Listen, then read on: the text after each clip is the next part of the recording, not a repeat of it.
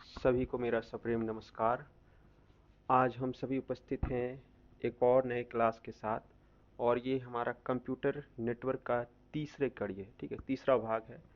अब तक हमने इसको दो पार्ट्स में इसकी क्लासेस देखे हैं, और मैं उम्मीद करूंगा कि इस क्लास में ये आपका कंप्यूटर नेटवर्क चैप्टर पूरी तरह से मतलब पूर्ण हो जाए, कंप्लीट हो जाए।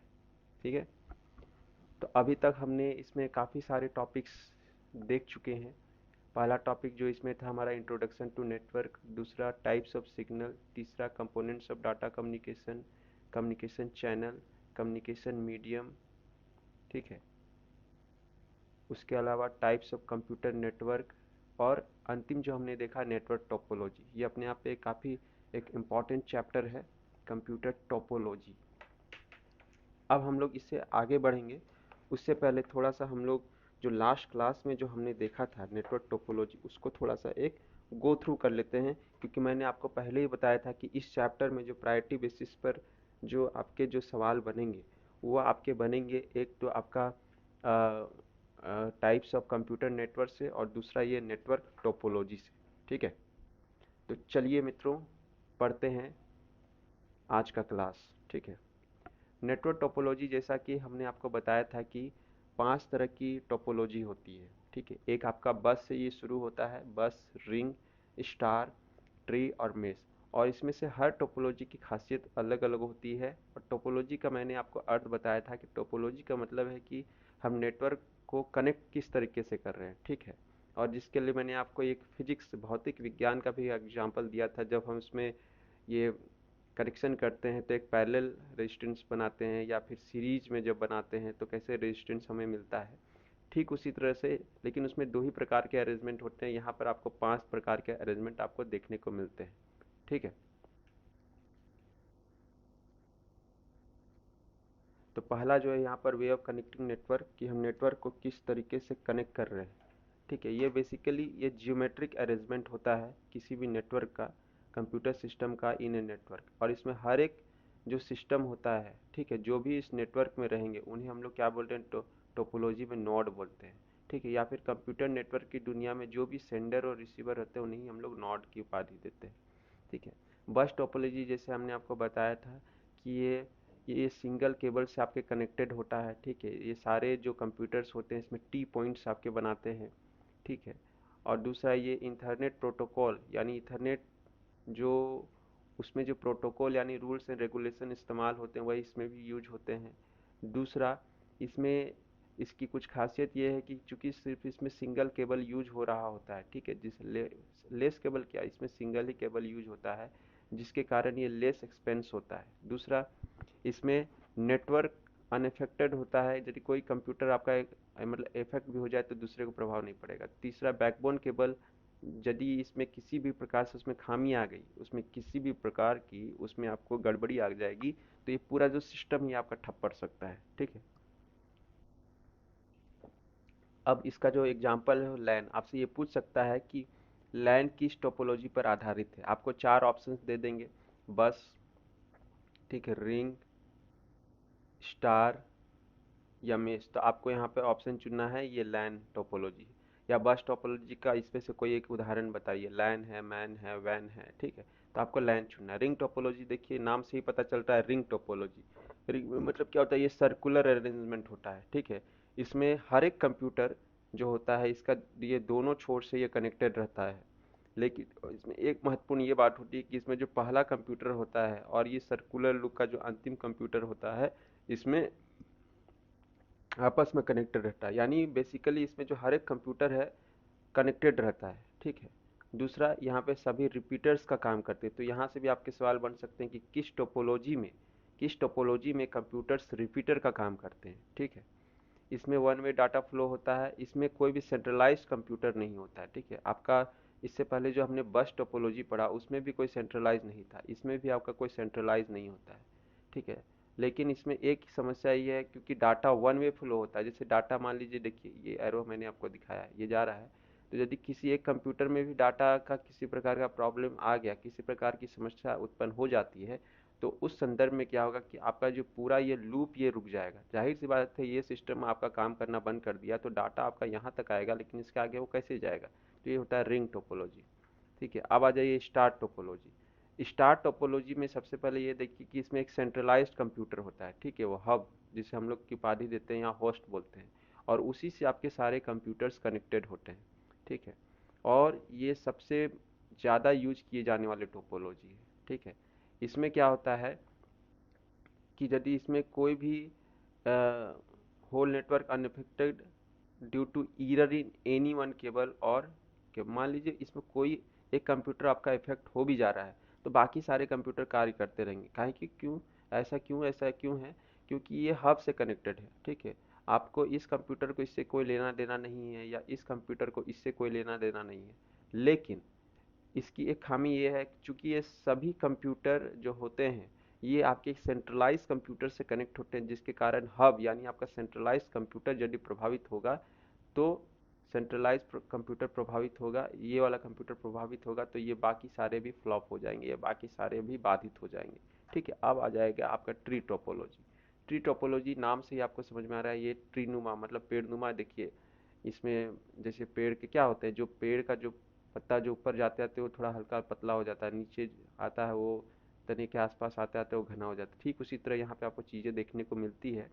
और ये बेसिकली ये समझिए कि ये बस टोपोलॉजी जिसमें कि सिंगल केबल लाइन में चीज़ें कनेक्टेड थी, और स्टार टोपोलॉजी, ये दोनों का ये मिश्रण है। ठीक है, स्टार टोपोलॉजी जो हमने आपको ये दिखाया, हब वाला सिस्टम दिखाया, देखिए जिस यदि आप इसको बनाने का प्रयास करेंगे तो ये भी एक स्टार का ही निर्माण करेगा। ठीक है, हालांकि यहाँ पे और भी कंप्यूटर हो सकते हैं कि यहाँ पे भी आपका जुड़ सकता है, एक यहाँ पे भी आपका जुड़ सकता है। तो जाहिर सी बात है उस इसमें ये क्या बनाएगा, स्टार ही बनाएगा, बीच में आपका यहाँ पर हब रहेगा, या फिर सेंट्रलाइज कंप्यूटर, या फिर जिसे होस्ट भी बोलते हैं। ठीक है, अगला है अंतिम जो टोपोलॉजी है वो मेश टोपोलॉजी। ये इसका जैसा नाम है वैसे ही इसका जो मतलब संरचना भी है। ठीक है, अरेंजमेंट भी, मेश मतलब मेसअप कर देना, मतलब सबको मिक्स कर देना। तो that's in the same sense, इसमें क्या होता है ना कि इसमें सारे जो कंप्यूटर रहते हैं पॉइंट टू पॉइंट कनेक्ट रहते हैं। ठीक है, मतलब इट मीन्स इसमें जितने भी कंप्यूटर आप शामिल करोगे मेश टोपोलॉजी में, हर एक कंप्यूटर एक दूसरे से कनेक्ट रहेगा। देखिए यहाँ पे ये कंप्यूटर इससे कनेक्टेड है, फिर ये कंप्यूटर इससे भी कनेक्टेड है, ये कंप्यूटर इससे भी कनेक्टेड है। ठीक है, ये कंप्यूटर इससे भी कनेक्टेड है। मान लीजिए यदि ये 5 कंप्यूटर हैं तो एक कंप्यूटर को यदि हम कनेक्शन करना है यानी बाकी के 4 से जोड़ना है तो इसके 4 कनेक्शन निकलेंगे।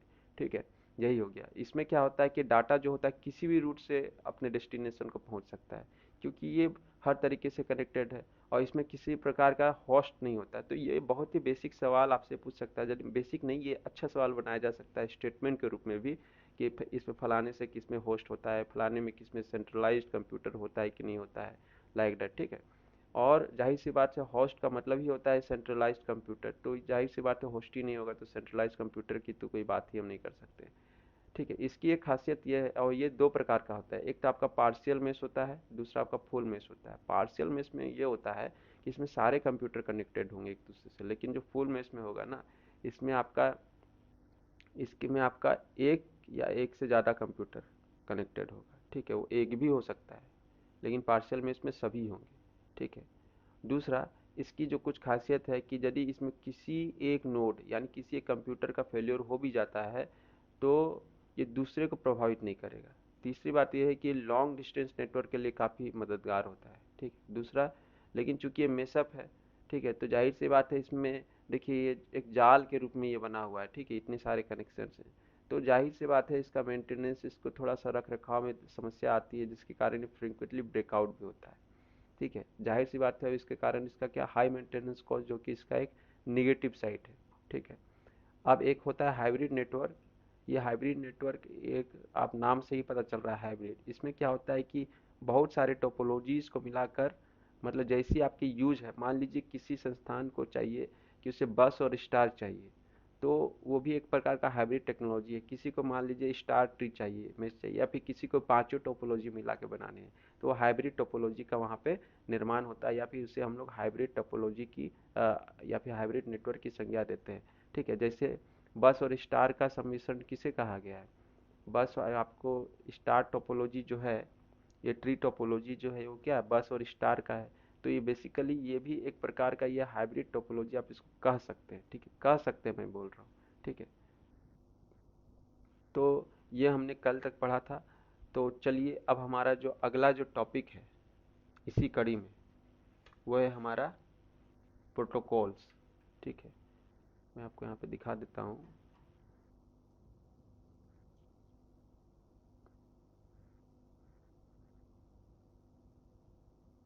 देखिए इंट्रोडक्शन, ये अभी हम पढ़ रहे थे नेटवर्क टोपोलॉजी,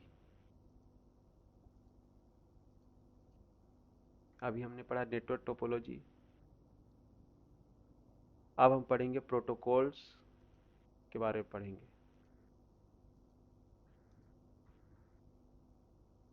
प्रोटोकॉल के बारे में आप इस क्लास के यदि पिछले वीडियोस को आप देखते आ रहे हैं तो आपको इतने दिनों में ज्ञात हो चुका होगा कि प्रोटोकॉल्स का मतलब क्या है। इसका मैंने एक प्रैक्टिकल एग्जांपल भी आपको दिया था। जो बड़े बड़े नेताज होते हैं, ठीक है, उनके पीछे हम ये सुनने में आता है उनका एक प्रोटोकॉल है, ठीक है, प्रोटोकॉल के तहत उन्हें चलना पड़ता है, ठीक है। ये हमारे प्रोटोकॉल में नहीं है। प्रोटोकॉल मतलब क्या है? कुछ नियम और कानून। तो चलिए हम लोग, चलिए मित्रों, पढ़ते हैं प्रोटोकॉल। प्रोटोकॉल क्या है? बेसिकली नेटवर्क कम्युनिकेशन में, ठीक है, नेटवर्क कम्युनिकेशन में यदि किसी भी प्रकार का हम लोग कोई रूल्स एंड रेगुलेशंस लेकर आते हैं। देखिए किसी भी चीज़ को काम सिस्टमेटिक वे से करवाना है तो जाहिर सी बात है उसके लिए रूल्स एंड रेगुलेशन की आवश्यकता होती है, ठीक है। इसीलिए यदि अभी हालिया में क्या हुआ, अभी हाल में जैसे कि चुनाव संपन्न हुए ना जी, हमारे अ, राज्य में अभी विधानसभा का चुनाव संपन्न हुआ, इलेक्शन संपन्न हुए।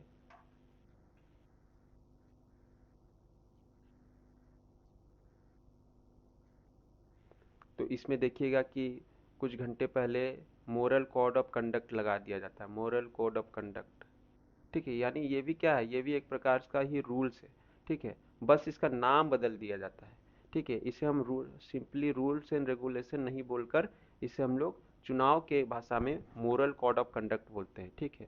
वैसे ही जनजीवन में क्या होता है? नहीं बोलते कि रूल्स एंड रेगुलेशंस फॉलो किया करो, ठीक है, या फिर ऑफिशियल में हम लोग बोलते हैं रूल्स एंड रेगुलेशन से, हमारे गाइडलाइन से। ठीक उसी प्रकार से जब हम नेटवर्क के फील्ड में रूल्स एंड रेगुलेशंस की बात करते हैं तो उससे हम लोग एक सिंपल वर्ड से डिनोट करते हैं या डिफाइन करते हैं या फिर मेंशन करते हैं, वो है हमारा प्रोटोकॉल, ठीक है। यानी आप समझ सकते हैं कि नेटवर्क का रूल और रेगुलेशन ही प्रोटोकॉल कहलाता है, रेगुलेशन ही प्रोटोकॉल कहलाता है।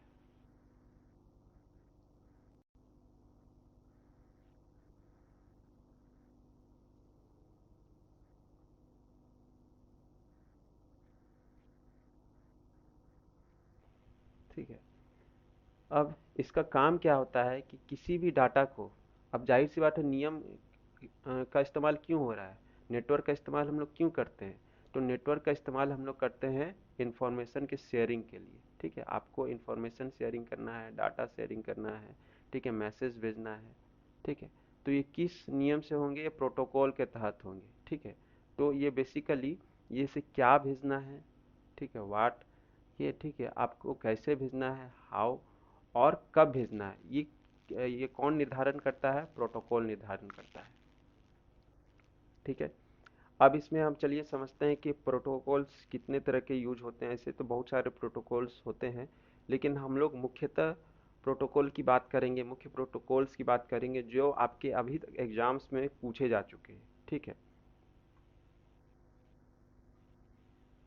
इसमें हमारा जो पहला जो प्रोटोकॉल्स जो आता है वो है हमारा टीसीपी आईपी,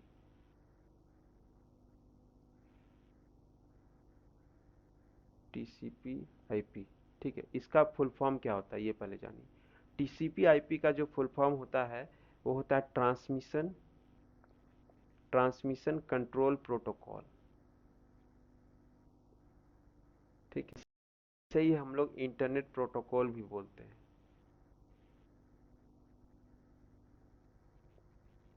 इसे ही हम लोग इंटरनेट प्रोटोकॉल भी बोलते हैं।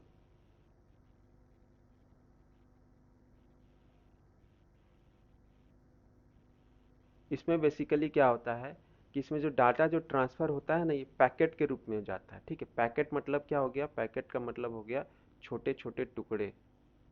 ठीक है, छोटे छोटे टुकड़े, वेरी स्मॉल पार्ट्स।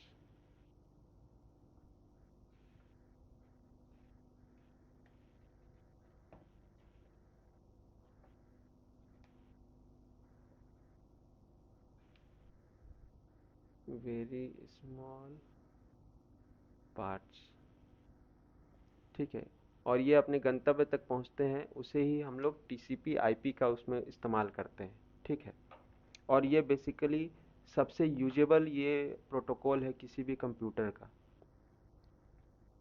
और ये बेसिकली आप इसमें कर सकते हैं, यानी ये पैकेट फार्मूला या पैकेट टेक्निक का इसमें इस्तेमाल होता है। ठीक है, और एक बात समझिए कि इंटरनेट प्रोटोकॉल जो है, या फिर आईपी हो गया, टीसीपी आईपी हो गया, इंटरनेट प्रोटोकॉल प्रत्येक पैकेट को, एवरी पैकेट को, यानी एवरी पैकेट का इसका मतलब समझ लीजिए कि डाटा को, जो इसने, मान लीजिए ये पूरा बड़ा सा डाटा है, तो इसको वो एक ही बार में वो नहीं भेजेगा डेस्टिनेशन के पास। ठीक है, यानी स्रोत के पास, उसको वो टुकड़ों में बांट देता है। ठीक है, पहले वो इस टुकड़े को ले जाएगा, फिर इस टुकड़े को, फिर इस टुकड़े को, लेकिन चूंकि ये इतना फास्ट प्रोसेस है ना, आपको पता नहीं चलता है कि वो टुकड़ों में काम कर रहा है। ठीक है, तो मान लीजिए अभी हमने इस पैकेट को उठाया, तो हर एक पैकेट को वो विशेष पता में पहुंचाता है। ठीक है, उसके एक जो डिफाइंड एड्रेस होता है ना, वहां तक वो लेके जाता है।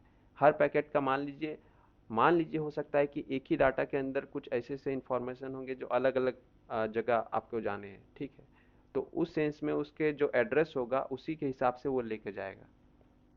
ठीक है, और ज़रूरी नहीं होता है कि एक सूचना के जो सभी पैकेट्स होते हैं, ठीक है, आपका सूचना भले एक हो सकता है, लेकिन वो टुकड़ों में जब जाएगा तो उसे ही हम लोग पैकेट्स कहते हैं। तो ज़रूरी नहीं है कि यदि वो एक सूचना का ये पैकेट 1 है, पैकेट 2 है, या पैकेट 3 है और पैकेट 4 है, तो ज़रूरी नहीं है कि चूंकि ये एक ही सूचना है, ओवरऑल एक ही इन्फॉर्मेशन है, तो वो एक ही रास्ता फॉलो करेगा। नहीं, हो सकता है इसका एड्रेस दूसरा हो तो ये दूसरा पाथवे फॉलो करेगा, हो सकता है इसका एड्रेस दूसरा हो तो ये दूसरा पाथवे फॉलो करेगा, हो सकता है ये इसका एड्रेस ऐसे हो। ठीक है, तो बेसिकली इसमें क्या होता है कि ये पैकेट टेक्निक पे काम करता है। दूसरा, ये हर पैकेट को उसके एड्रेस के हिसाब से पहुंचाता है। नॉट नेसेसरी कि हर एक पैकेट्स का इंफॉर्मेशन के सारे पैकेट्स का मतलब जो एड्रेस हो सेम हो। तो आपको यहाँ पे कुछ चीज़ें समझ में आ जानी चाहिए कि इंटरनेट मतलब, उम्मीद करता हूँ आपको आ गई होंगी कि इंफॉर्मेशन क्या है, ठीक है, और पैकेट्स क्या है। ठीक है, मान के चलिए कि इंफॉर्मेशन एक सेट है, तो उसके अंदर एक सबसेट है पैकेट का। ठीक है, और क्या होता है कि गंतव्य मतलब जब ये डेस्टिनेशन पर पहुंच जाता है, तो पुनः इन पैकेट्स को ट्रांसमिशन कंट्रोल, ठीक है, यानी ये टीसीपी आईपी प्रोटोकॉल की सहायता से सही क्रम में व्यवस्थित कर कंप्यूटर के उपयोग के लिए दिया जाता है। मान लीजिए हो सकता है कोई आगे पहुंचा, कोई पीछे पहुंचा, लेकिन किस क्रोनोलॉजी में उसे आवश्यकता पड़ेगी वहां पर रिसीवर को, वो फिर उसको अरेंज भी कर देता है। तो ये बहुत ही बड़ा एक इम्पोर्टेंट प्रोटोकॉल है टीसीपी आईपी। अब अगला जो प्रोटोकॉल है वो है हमारा सिंपल मेल ट्रांसफर प्रोटोकॉल। ठीक है, अब यहाँ नाम को पकड़िए, सिंपल मेल, यानी ये बेसिकली ये ईमेल के लिए इस्तेमाल होता है वैसा प्रोटोकॉल।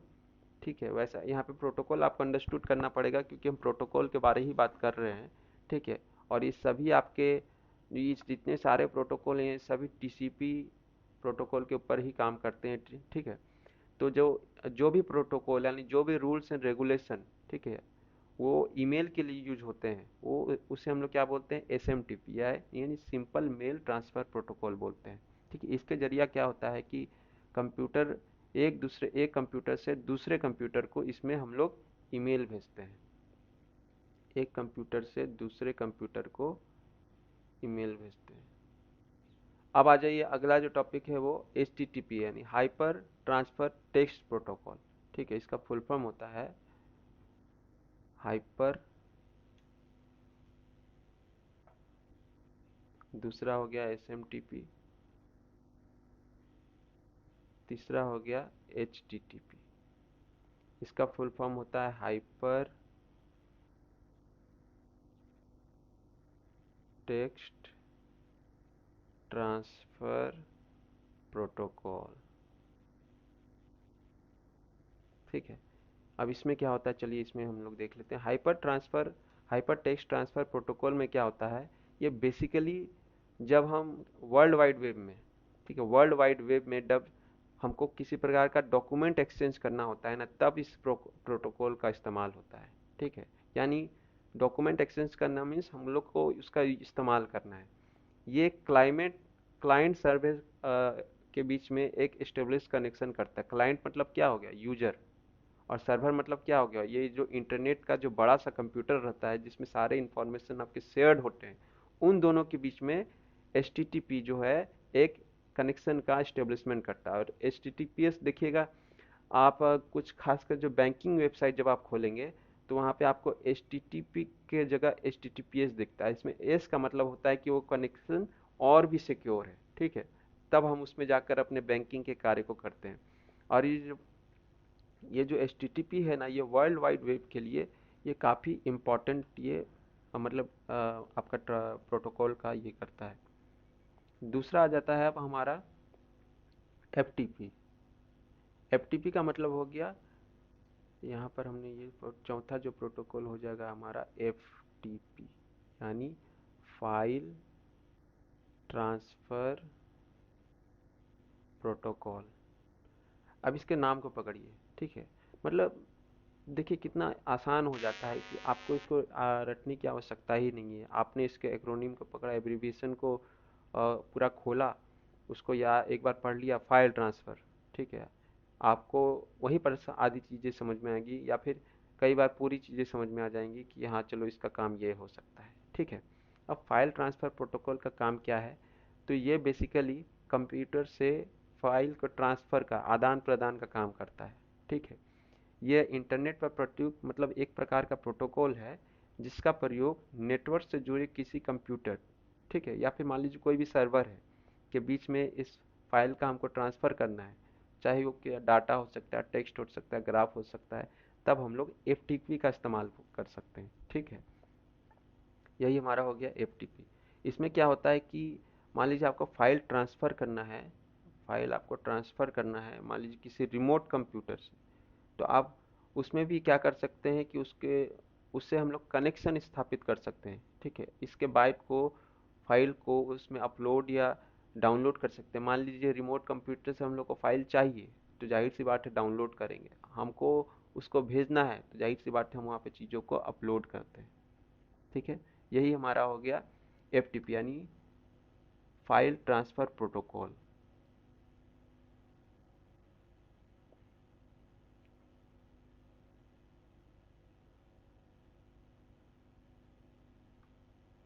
और बेसिकली हमारा जो नेट होता है ना, इसमें एक चीज़ और एक होता है एनोनिमस एफ।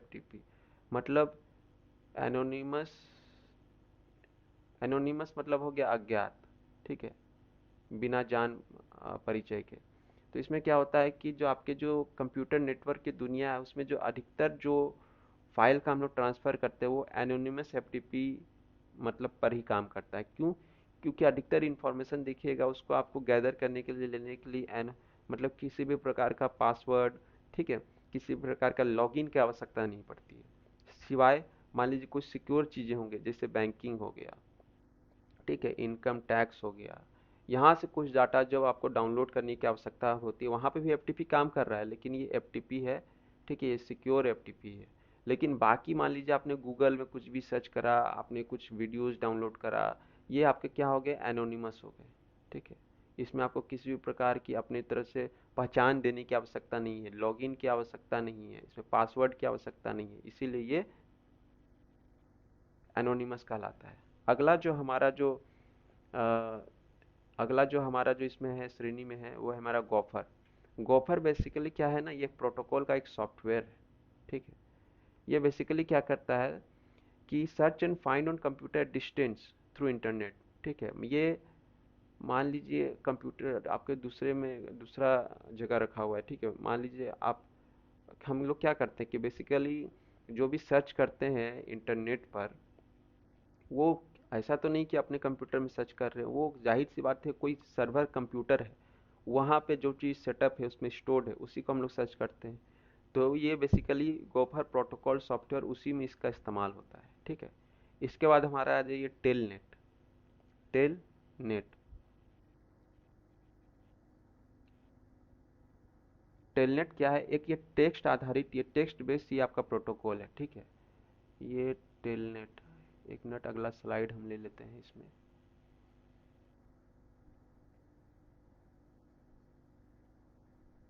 पांचवा हमने देखा गोफर।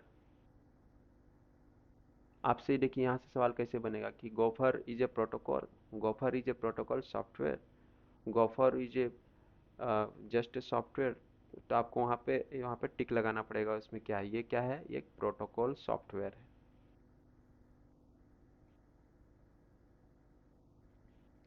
अब छठा आ जाइए, छठा में हमारा टेलनेट। टेलनेट क्या है? टेलनेट बेसिकली क्या है? ये टेक्स्ट बेस्ड प्रोटोकॉल कमांड है, ठीक है। इसमें क्या होता है कि दो अलग अलग स्थान पर जो भी आपके कंप्यूटर होते हैं, ठीक है, जब उसमें आपस में जोड़ा जाता है तो रिमोट कंप्यूटर का जो भी डाटा रहता है या फिर फाइल होता है उसका उपयोग किया जा सकता है, ठीक है। मान लीजिए मैं यहाँ एक इंसान है जिसका कंप्यूटर ए है, दूसरा आदमी यहाँ पर बैठा हुआ है, उसका कंप्यूटर बी है, ये दूसरे जगह बैठा हुआ है। ये मान लीजिए चंडीगढ़ में बैठा हुआ है, ठीक है। ये आपका मान लीजिए झारखंड में बैठा हुआ है, ठीक है। तो इसको ये चाहता है कि इस कंप्यूटर से वो कनेक्शन स्थापित करे इसके पर्सनल कंप्यूटर से। तो उस सेंस में हम लोग टेलनेट का इस्तेमाल करते हैं, ठीक है। और इसमें क्या होता है कि आप ये जो कंप्यूटर है ये परमिट करता है कि हाँ भैया चलिए, झारखंड वाले कंप्यूटर मेरे कंप्यूटर से जो भी इंफॉर्मेशन है या फिर मेरे कंप्यूटर को ऑपरेट कर सकते हैं। ये उल्टा भी हो सकता है, ज़रूरी नहीं कि झारखंड वाले ही चंडीगढ़ वाले को करेंगे। चंडीगढ़ वाले भी झारखंड के कंप्यूटर को उसी प्रक्रिया के तहत ऑपरेट कर सकते हैं, ठीक है। ये बेसिकली टेलनेट होता है। तो बेसिकली टेलनेट द्वारा हम रिमोट कंप्यूटर का उपयोग ऐसे करते हैं कि जैसे वो, मतलब वो हमसे रिमोट मतलब क्या होगा, दूर नहीं बैठा हुआ है, वो हमारे सामने ही है, ठीक है। तो इसके लिए कुछ सॉफ्टवेयर का इस्तेमाल होता है या फिर वेबसाइट के जरिए भी होता है, लेकिन सॉफ्टवेयर से चीज़ें थोड़ी सी और सहूलियत हो जाती है। इसका एक आपको बहुत अच्छा एग्जांपल दिखेगा, टीम व्यूअर। टीम व्यूअर एक प्रकार का सॉफ्टवेयर है जिसमें कि हम दूसरे कंप्यूटर से डाटा को एक्सेस कर सकते हैं, जस्ट लाइक ऑन कंप्यूटर, हमारे कंप्यूटर के भांति, ठीक है। यही हमारा हो गया टेलनेट। अब आ जाइए सातवां, जो हमारा जो प्रोटोकॉल है वो है हमारा पॉप थ्री, से इसका शॉर्ट फॉर्म है, लेकिन इसका जो फुल फॉर्म होता है पोस्ट ऑफिस प्रोटोकॉल वर्जन 3, ठीक है। इसमें क्या होता है, इसमें बेसिकली क्या होता है कि ये retrieve emails from remote mail server over a TCP IP connection by local email software clients, ठीक है। ये बेसिकली रिमोट आपका जो भी मेल सर्वर है वहाँ से ये ईमेल को रिट्राइव करता है, ठीक है। ठीक है, ओवर ए TCP IP कनेक्शन। इसमें भी आपको एक ईमेल सॉफ्टवेयर का इस्तेमाल होता है। उसी से हम लोग, मान लीजिए कोई भी एक मेल सर्वर है, मेल सर्वर बोले तो क्या, उस सर्वर में सिर्फ मेल ही मतलब स्टोर्ड है, ठीक है। इसीलिए हम लोग उससे मेल सर्वर कर रहे हैं। कोई रिमोट कंप्यूटर, रिमोट मतलब हमसे दूरस्थ में है, तो उससे हमको ईमेल निकालना है, तो वहाँ पर हम पॉप थ्री का मतलब, आप जो भी मेल सर्च जो भी करते हैं ना अपने गूगल या जीमेल में, वो इसी के कारण हो पाता है, ठीक है। अब आ जाइए वॉइपी, ठीक है, यानी वॉइस ओवर इंटरनेट प्रोटोकॉल। इसमें क्या होता है कि इंटरनेट प्रोटोकॉल के ऊपर, इंटरनेट प्रोटोकॉल का मतलब समझ लीजिए आम बोलचाल भाषा में कि हम एक कॉमन यूजेबल इंटरनेट नेटवर्क की ही हम बात कर रहे हैं। जब वहाँ पे हम लोग वॉइस कमांड की बात कर रहे हैं, यानी वॉइस कम्युनिकेशन करते हैं, ठीक है। यानी मान लीजिए हम उसे टॉक कर पा रहे हैं इंटरनेट की सहायता से, तो या फिर आईपी कॉल्स, जो इसके जो एग्जांपल्स हैं, तो वहाँ पर क्या होता है, ये VoIP प्रोटोकॉल यानी वॉइस ओवर इंटरनेट प्रोटोकॉल का इस्तेमाल होता है। दूसरा होता है कि WAP। ये बेसिकली ये पुराने जो हमारे जो नोकिया टाइप के जो हैंडसेट हुआ करते थे, ठीक है, उसमें इसका अधिकतर इस्तेमाल हुआ करता था। ये सेल फोन के जो वेब ब्राउज़र हमारा हुआ करता है, उसी को ये किस प्रोटोकॉल को काम करता है, तो ये वेब पर काम करता है, ठीक है। इसके अलावा कुछ कुछ प्रोटोकॉल हैं, उसको आप याद रख सकते हैं कि यूजनेट हो गया, ठीक है। एक आपका PP यानी पॉइंट टू पॉइंट हो गया, ठीक है। Dial according puts, computer on network. ठीक है, तो ये दोनों उतने इम्पोर्टेंट नहीं है। इसमें आपके जो इम्पोर्टेंट प्रोटोकॉल हैं वो है आपका टीसीपी आईपी, एसएमटीपी, एचटीटीपी और ये एफटीपी। और एक थोड़ा ये आज की डेट में टेलनेट का भी प्रचलन बढ़ गया, तो ये भी इम्पोर्टेंट हो सकता है। ठीक है, उसके अलावा ये पॉप 3, ये वाईपी। ठीक है, वेब तो अब उतना इस्तेमाल नहीं होता है, मतलब अब के मोबाइल्स में, पहले के मोबाइल्स में इसका ज़्यादा इस्तेमाल होता था। ठीक है, अब हमारा जो अगला जो टॉपिक है वो है हमारा मॉडल्स ऑफ कंप्यूटर नेटवर्क। ठीक है, अभी इस पर भी आपके सवाल बनते हैं, मतलब स्पेशली इससे डायरेक्ट सवाल आपके बनाए जा सकते हैं। Models of computer network.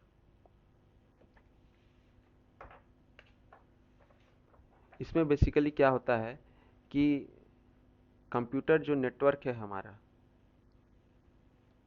Computer जो नेटवर्क है ये दो प्रकार के मतलब मॉडल्स पे काम करता है। एक तो पीयर टू पीयर, ठीक है, और दूसरा होता है क्लाइंट सर्विस।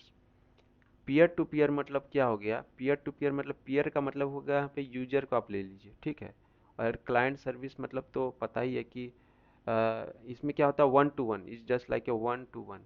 इसमें होता है क्लाइंट सर्विस, मतलब एक ही कोई हेड हो सकता है, कंसल्टेंट होता है, उसके बहुत सारे क्लाइंट्स होते हैं, आपने सुना होगा। ठीक, ये उसी फॉर्मूला पे ये काम करता है। इसमें क्या होता है पीयर टू पीयर में, इसमें कुछ भी आप इंफॉर्मेशन डिजिटल फॉर्मेट पे आप शेयर कर सकते हो। लेकिन क्लाइंट सर्विस में क्या होता है कि इसमें एक जो कंप्यूटर रहता है सर्वर का काम करता है, ठीक है, और दूसरा उससे जो भी इंफॉर्मेशन जिसको भी चाहिए, मान लीजिए भले वो कितने भी कंप्यूटर होंगे वो तो सभी उसके क्लाइंट कहलाएंगे।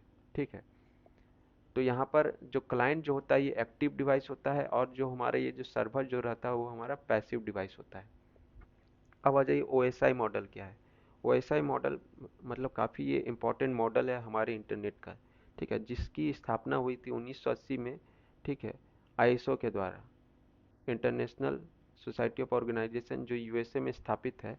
इसमें क्या किया जाता है कि इसमें ये समझा जाता था कि हमारा जो नेटवर्क है, हमारा जो नेटवर्क किस तरीके से काम करता है, उसके कितने लेयर्स होते हैं। तो वो 7 लेयर पर काम करते हैं। तो देखिए इससे आपके सीधे सवाल बनते हैं कि वो एसआई मॉडल में कितने आपके लेयर्स होते हैं। तो 7 लेयर्स होते हैं। ठीक है, उसकी स्थापना कब हुई थी, कहाँ हुई थी, किसके द्वारा हुई थी, ठीक है, उसका बेसिक काम क्या है। ठीक है, अब आ जाइए कि सॉफ्टवेयर, इसमें जो 7 लेयर होते हैं वो आपके कौन कौन है। पहला जो इसमें जो लेयर है, आपसे यहाँ से सवाल बन सकता है कि पहला लेयर कौन है, तो फिजिकल है। और अंतिम लेयर कौन है, इसमें टॉप मोस्ट लेयर है एप्लीकेशन लेयर। ठीक है, एप्लीकेशन लेयर इसका पहला लेयर है। दूसरा प्रेजेंटेशन है, नीचे से देखिए ये एक है, ये दो है, ये आपका नेटवर्क 3, ये 4, ये 5, ये 6, ये 7। ठीक है, नीचे से जो आपके जो प्रथम 3 लेयर हैं ये हार्डवेयर मीडिया लेयर है। ठीक है, इसमें इसलिए इसे कहा जाता है कि इसमें हार्डवेयर की आवश्यकता आपको पड़ती है, इसीलिए इसमें हम लोग हार्डवेयर मीडिया लेयर बोलते हैं। दूसरा, बीच में है हमारा transport at the main centre, और इसे हार्ट ऑफ ओएसआई बोला जाता है। ठीक है, तो किस लेयर को हार्ट ऑफ ओएसआई कहा जाता है, तो फोर्थ लेयर, और उसका नाम क्या है, ट्रांसपोर्ट। उसके ऊपर के जो 3 लेयर हैं वो सॉफ्टवेयर या होस्ट लेयर कहलाते हैं। ठीक है, अब ये हमारा जो एप्लीकेशन लेयर है ना, ये यूआई लेयर है, यानी इसमें यूजर, जाहिर सी बात है एप्लीकेशन जो भी हमारा होता है वो यूजर इंटरफेस पर ही तो काम करता है ना। तो इसीलिए इसीलिए हम लोग, सॉरी, इसलिए को मैंने इसलिए बुलाया, यूआई लेयर बोलते हैं। दूसरा होता है प्रेजेंटेशन।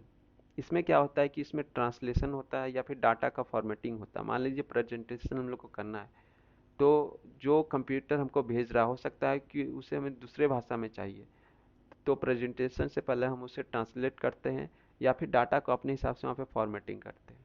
ठीक है, अब ये हमारा जो फिजिकल जो लेयर है, फिजिकल लेयर है, ये हमारा क्या है, ये बीट यूनिट पर काम करता है। और दूसरा, ये वेरी फर्स्ट और बॉटम मोस्ट लेयर है। ठीक है, तो ये हमारा हो गया।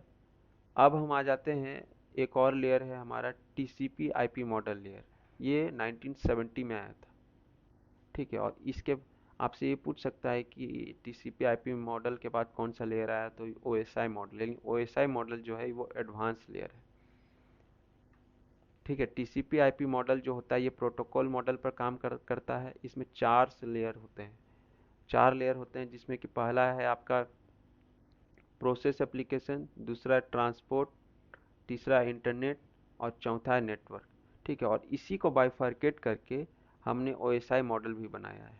ठीक है, ये जो हमारा प्रोसेस एप्लीकेशन, देखिए ये मैंने आपको एक इक्विवेलेंट लेयर भी बताने का प्रयास किया है कि इसका जो एप्लीकेशन लेयर है, ठीक है, ओएसआई मॉडल के किस किस लेयर के बराबर होगा। ठीक है, इसके 2 लेयर के बराबर है।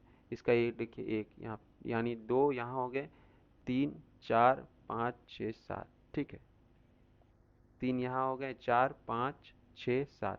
देखिए इसका जो पहला लेयर जो टॉप मोस्ट लेयर है वो आपका कौन सा है, ये एप्लीकेशन लेयर प्रोसेस लेयर है। इसमें क्या होता है कि यूजर जो होता है इसी लेयर पर आकर वेरियस ये से कनेक्टेड होता है। ये तो सबसे फाइनल लेयर हो गया। शुरुआत इसकी होती है यहाँ से, नेटवर्क इंटरफेस लेयर या लिंक लेयर। इसमें क्या होता है कि ये लोएस्ट लेयर है आपका टीसीपी आईपी मॉडल का, और यहाँ पे आपको चुनना पड़ता है कि भाई आपको किस नेटवर्क के साथ जाना है। ठीक है, दूसरा हम पहुँचते हैं इंटरनेट लेयर में। इसमें क्या होता है कि इसमें लॉजिकल कनेक्शन स्थापित किए जाते हैं जो भी डिवाइसेस हम यूज करने जा रहे हैं नेटवर्क में। तो जाहिर सी बात है जब उसके बीच में एक सही सही कनेक्शन का ही मतलब है लॉजिकल कनेक्शन। ठीक है, यानी किसी फार्मूला बेस्ड पर वो काम कर रहे हैं, यदि उसके उसमें लॉजिक नहीं बैठेगा तो वो आपस में कनेक्ट कैसे होंगे, तो उसे ही हमने कहा लॉजिकल कनेक्शन।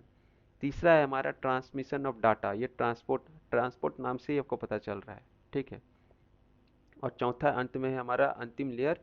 यहीं पर आकर यूजर अब इंटरनेट से कनेक्ट हो जाता है। ठीक है, उसमें बहुत सारे प्रोटोकॉल्स का इस्तेमाल होता है।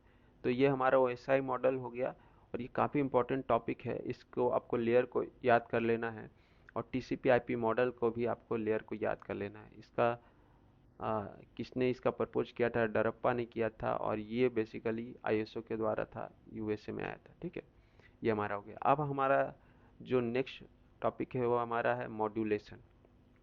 मॉड्यूलेशन किसे कहते हैं, 2 टॉपिक अब हमारे रह जाएंगे, इसको भी हम लोग चेक कर लेते हैं।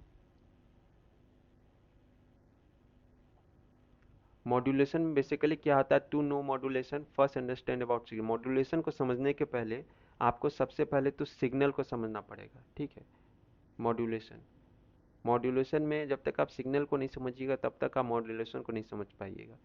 पहली बात तो हमने आपको पहले ही बता दिया था कि सिग्नल 2 प्रकार के होते हैं, एक होता है एनालॉग और दूसरा होता है डिजिटल। ठीक है, एनालॉग सिग्नल वैसे सिग्नल हैं जो कि रेडियो वेव पे काम करते हैं, इसका एक एग्जांपल हो गया टेलीफोन। वहीं डिजिटल सिग्नल क्या होता है, ये इलेक्ट्रॉनिक वेव फॉर्म में काम करते हैं या फिर बाइनरी फॉर्म में काम करते हैं, 0 एंड 1। इसमें क्या होता है, डिजिटल क्लॉक का इस्तेमाल होता है। अब इसमें क्या है एनालॉग वाले में कि इसमें देखिए इसका जो वेव फॉर्म है, ठीक है, ये क्या है, एक वेव फॉर्म में ये जा रहा है। ठीक है, इसमें ये देखिए ये आपका उठा हुआ ये 1 है, ये आपका 0 है, फिर उठा हुआ 1 है, फिर आपका 0 है। ये आपके बाइनरी फॉर्म में जा रहा है। ठीक है, तो ये आपका वाई एक्सिस जो एम्पलीट्यूड होता है और एक्स एक्सिस में टाइम होता है। ठीक है, इसमें क्या होता है कि कंप्यूटर जो सिग्नल जो होता है, ठीक है, वो डिजिटली उसका सिग्नल होता है, वो क्या होता है लो फ्रिक्वेंसी पे काम करता है। तो जाहिर सी बात है आप यहाँ पे देख सकते हैं, इसका देखिए यहाँ पर ये क्या है, ये डिजिटल फॉर्म है, तो ये जाहिर सी बात है ये लार्ज डिस्टेंस कवर नहीं कर पाएगा। तो उसको क्या होता है कि जो कैरियर फ्रिक्वेंसी क्या कहता है कि कैरियर मतलब वैसे फ्रिक्वेंसी जो इस फ्रिक्वेंसी को दूरी तक ले जा रहा है, लार्ज दूरी तक ले जा रहा है, बड़ी दूरी तक ले जा रहा है, उसे हम लोग कैरियर फ्रिक्वेंसी कहते हैं। ठीक है, आपसे ये सवाल पूछ सकता है कि कैरियर फ्रिक्वेंसी हम किसे कहते हैं। ठीक है, उसके बाद क्या होता है कि अब यहाँ पे मॉड्यूलेशन का काम होता है। ये पे क्या करता है कि ये डिजिटल इंफॉर्मेशन जो कंप्यूटर ने हमें शेयर किया है उसको कैरियर सिग्नल के साथ वो इम्पोज कर देता है। जैसे पिज्ज़ा में आप क्या करते हैं, 2 लेयर को लिए बीच में इम्पोज कर दिया, उसी तरह इसमें होता है। ठीक है, और एनालॉग सिग्नल जो होते हैं ये डिजिटल सिग्नल के अनुसार ये चेंज हो जाते हैं। ठीक है, मान लीजिए डिजिटल सिग्नल का स्ट्रेंथ इतना ही दूर का है, तो एनालॉग सिग्नल कुछ ऐसा रहेगा कि इसके हिसाब से ये एनालॉग सिग्नल यूज होता है। इसका मतलब यही हो गया। उसके बाद कम्युनिकेशन मीडियम हमारा स्थापित होता है। उसके बाद रिसीवर सेंट में क्या होता है कि उसे मॉड्यूलेटेड सिग्नल मिलता है। ठीक है, मॉड्यूलेटेड सिग्नल यानी वहाँ पर एक डिवाइस जो रहता है वो सिग्नल को मॉड्यूलेट करता है और वो फिर इंफॉर्मेशन सिग्नल हमें डिजिटली में मिलता है। ठीक है, कंप्यूटर जो भेज रहा है वो डिजिटल में जा रहा है, बीच में भी चीज़ें जो काम हो रही है एनालॉग के द्वारा काम हो रही है, और अंत में फिर से हमें डिजिटल सिग्नल ही मिलता है। एनालॉग सिग्नल के आपके तीन कैरेक्टरिस्टिक्स हैं, इसको याद रख लीजिएगा, एक एम्पलीट्यूड, एक फ्रीक्वेंसी और तीसरा फेज। ठीक है, इसमें बेसिकली क्या होता है कि एम्पलीट्यूड में जब हम एम्पलीट्यूड को परिवर्तन करते हैं तो एम्पलीट्यूड क्या हो गया, फ्रीक्वेंसी में जब फ्रीक्वेंसी का चेंज है तो फ्रीक्वेंसी हो गया, और एक हो गया फेज, जब हम फेज का मॉडिफिकेशन करते हैं तब ये चीज़ें होती हैं। ठीक है, अब आ जाइए three techniques of modulation. Modulation आपके दो प्रकार के होते हैं, या तो आप एनालॉग मॉड्यूलेशन करिए या तो डिजिटल करिए। इसमें बहुत सारा सवाल नहीं पूछता है, लेकिन फिर भी मैंने आपको कैटेगरीज बता दिए हैं। एनालॉग के आपके एम्पलीट्यूड, फ्रीक्वेंसी और फेज, और डिजिटल का होता है पल्स कोड और फेज शिफ्ट। अब जो हमारा जो अगला जो डिवाइस है वो है मॉडेम। मॉडेम क्या काम करता है इसे हम लोग देख लेते हैं। Modem basically stands for modulator demodulator. ये 1962 में ये कंपनी बनाई गई थी, ठीक है, AT&T कंपनी के द्वारा। ये कम्युनिकेशन मीडियम को स्थापित करने में मदद करता है। ठीक है, हमारा जो कंप्यूटर जो है, ठीक है, वो डिजिटल टू एनालॉग मॉड्यूलेटर की आवश्यकता होती है सेंडर के एंड पर। इससे आपके सवाल बनते हैं, यदि आपको ये सिग्नल से सवाल पूछेगा मॉडेम पर, तो ये सवाल आपको पूछा जा चुका है। ठीक है, और एनालॉग से डिजिटल बनाए जाते हैं रिसीवर एंड पर। ये आपका कंप्यूटर है, यहाँ पे सेंडर है, ये आपका रिसीवर है। ठीक है, तो यहाँ पर कंप्यूटर जो सिग्नल भेज रहा है, जाहिर सी बात है कंप्यूटर तो 0 1 पे काम करता है, यानी आपका डिजिटल फॉर्म हो गया, लेकिन वो फिर ज़्यादा दूरी तक तय नहीं कर पाएगा, इसीलिए वो डिजिटल से एनालॉग में कन्वर्ट कर दिया जाता है। और वो एनालॉग में पहुंचते पहुंचते जब उसको रिसीवर के नज़दीक पहुंचता है तो जाहिर सी बात है अब यहाँ पर जो रिसीवर कंप्यूटर है वो भी काम तो करेगा और डिजिटल पर, लेकिन चूंकि अभी इंफॉर्मेशन हमारे पास पहुंच रहा है एनालॉग पर, तो वहाँ पे फिर से मॉडेम की आवश्यकता होगी, और वो क्या करेगा कि वो एनालॉग से वो डिजिटल में कन्वर्ट कर देगा। तो देखिए, मॉड्यूलेटर का मतलब यही हो गया, डिजिटल से जब हम एनालॉग में कन्वर्ट करेंगे तो मॉड्यूलेटर कहेंगे, और जब एनालॉग से फिर से उसको डिजिटल में करेंगे तब उसको हम लोग डीमॉड्यूलेटर कहेंगे। और ये बेसिकली जो टेलीफोन लाइंस होते थे उसके द्वारा इनका कनेक्शन होता था। और एक चीज़ यहाँ पे आपका सवाल बन सकता है कि इसकी जो स्पीड है उसकी किस में मापा जाता है, तो होता है उसका यूनिट वॉट। ठीक है, और ये आपके दो प्रकार के हो सकते हैं, या तो इंटरनल भी होता है आपका, ठीक है, इंटरनल मॉडेम भी लगाए जाते हैं, और दूसरा आपका एक्सटर्नल जो कि आपके आउटसाइड में इस्तेमाल होते हैं। आज के डेट में मॉडेम का तो इस्तेमाल अब कम हो गया क्योंकि फाइबर ऑप्टिक्स ने जगह ले ली है। ठीक है, अगला टॉपिक है हमारा वायरलेस टेक्नोलॉजीज। ठीक है, वायरलेस टेक्नोलॉजी, चूंकि अभी की जो युग है हमारा ये वायरलेस टेक्नोलॉजी का ही है। ठीक है, आप जिस युग में जी रहे हैं इसमें तार का कम से कम इस्तेमाल है, अधिकतर इस्तेमाल आप इवन अगर मोबाइल टू मोबाइल डाटा भी भेज रहे हो तो उसमें वायरलेस टेक्नोलॉजी का इस्तेमाल कर रहे हो, नेट भी चला रहे हो तो वायरलेस टेक्नोलॉजी का ही इस्तेमाल कर रहे हैं। ठीक है, तो इसीलिए, और ऐसा नहीं कि वायरलेस टेक्नोलॉजी सिर्फ एक प्रकार का है, ये समय के अनुसार इसमें भी इवॉल्व है, इसमें भी आपके काफ़ी डेवलपमेंट हुए हैं और अलग अलग प्रकार के हम वायरलेस टेक्नोलॉजी हम यूज कर पा रहे हैं। बेसिकली वायरलेस टेक्नोलॉजी जो होता है ये पहले हमने आपको बताया था कि ये रेडियो वेव्स पे काम करते हैं। ठीक है, वो जो हमने जो मीडियम बताया था उसमें गाइडेड या अनगाइडेड में, अनगाइडेड वाले जो होते हैं वेव वाले फॉर्म में होते हैं। ठीक है, पहला जो आपका है इसमें ब्लूटूथ। ठीक है, ब्लूटूथ का जो मतलब आविष्कार हुआ था ये जैप हडसन के द्वारा 1994 में किया गया था, और ये बेसिकली जैप हडसन, और ये डेनमार्क के उस समय के जो किंग थे, राजा थे, उन्हीं के नाम पर हराल्ड ब्लूटूथ के नाम पर इसका नामकरण किया गया जिसका नाम था ब्लूटूथ। ब्लूटूथ की खासियत ये है कि ये इससे मैक्सिमम आप 60 डिवाइसेस को जोड़ सकते हैं, और इसकी जो फ्रीक्वेंसी होती है 2.4 गीगाहर्ट्ज से लेकर 2.8 गीगाहर्ट्ज होती है, रेडियो वेव होती है, यानी ये शॉर्ट वेवलेंथ पर काम करता है। इसकी जो रेंज होती है 10 to 100 मीटर होती है, और ये आपका जो पर्सनल एरिया नेटवर्क में आपका इस्तेमाल होता है। ठीक है, यानी हमको पर्सनली कुछ भेजना है तब हम लोग इसका इस्तेमाल करते हैं, और कंप्यूटर में इसको हम लोग जोड़ने के लिए यूएसबी पोर्ट का इस्तेमाल करते हैं। तो ये जो वेरी बेसिक सवाल फैक्ट्स जो मैंने आपको बताएं, इससे डायरेक्ट आपके सवाल बन जाएंगे। ठीक है, एक तो आपका यहाँ पे बन सकता है कि कितनी फ्रीक्वेंसी पे काम करता है, उसके आविष्कारक कौन थे, लाइक डैट। ठीक है, अब अगला है हमारा वाईफाई। वाईफाई मतलब हो गया वायरलेस फिडेलिटी। इसका जो आविष्कार हुआ था 1991 में हुआ था, और इसको करने वाले थे जॉन ओ सुलिवन। ठीक है, इसका जो रेंज होता है 100 मीटर का रेंज होता है, और इसकी जो फ्रीक्वेंसी होती है वो थोड़ी उससे ज़्यादा होती है, 2.4 से 5 गीगाहर्ट्ज़ तक होती है। और ये बेसिकली आपका लैन में काम आता है। ठीक है, लैन मतलब लैंड एरिया नेटवर्क। ठीक है, और ये ट्रेडमार्क है, एक इंटरनेशनल ऑर्गेनाइजेशन है जिसमें वाईफाई अलायंस हुआ है। कि मतलब वाईफाई अलायंस मतलब क्या, कि आपस में उनकी सहमति बनी है कि उस ऑर्गेनाइजेशन में कि भैया हमें वाईफाई का काम कैसे करना है, तो उसी के नाम पर ये वाईफाई ही मतलब हम लोग शब्द यूज करते हैं इस कम्युनिकेशन के लिए। तीसरा है हमारा हॉटस्पॉट। हॉटस्पॉट में क्या होता है, एक वायरलेस एक्सेस पॉइंट भी के नाम से भी इसको जाना जाता है। इसका जो रेंज होता है 30 से 60 फीट, इसका बहुत ज़्यादा रेंज नहीं होता। आप अपने मोबाइल में भी जब हॉटस्पॉट ऑन करते हैं तो देखिएगा कि इसका बहुत ज़्यादा रेंज नहीं होता। आप अपने घर से बाहर निकल जाइएगा तो हो सकता है आपका हॉटस्पॉट ख़त्म हो जाए। ठीक है, दूसरा इसमें रेडियो ट्रांसमीटर और रिसीवर पे ये काम करता है। ठीक है, एक तो जो डाटा रिसीव कर रहा है वो रिसीवर हो गया, और जो डाटा जो दे रहा है, ठीक है, जो इस सर्विस को प्रोवाइड कर रहा है ना, उसे ही हम लोग रेडियो ट्रांसमीटर बोलते हैं। मान लीजिए कि दो मोबाइल से, ठीक है, बी वाले ने बोला कि ए वाले को कि भैया मेरा नेट ख़त्म हो गया है, हमका कुछ इंटरनेट दे दो, तो उसके लिए हमको हॉटस्पॉट चाहिए। तो ए वाला बोलेगा तो इंतज़ार कर, तुमको हम हॉटस्पॉट देता हूँ। हॉटस्पॉट जब ये ऑन करेगा तो ये क्या बन जाएगा, रेडियो ट्रांसमीटर बनेगा। ठीक है, लेकिन जो उसको रिसीव कर रहा होगा डाटा को वो रिसीवर कहलाएगा। ठीक है, अब अगला जाइए वाई मैक्स। वाई मैक्स का जो फुल फॉर्म है world wide interoperability for microwave access. इसका जो रेंज होता है ना काफ़ी ज़्यादा होता है, देखिए 25 से 50 किलोमीटर।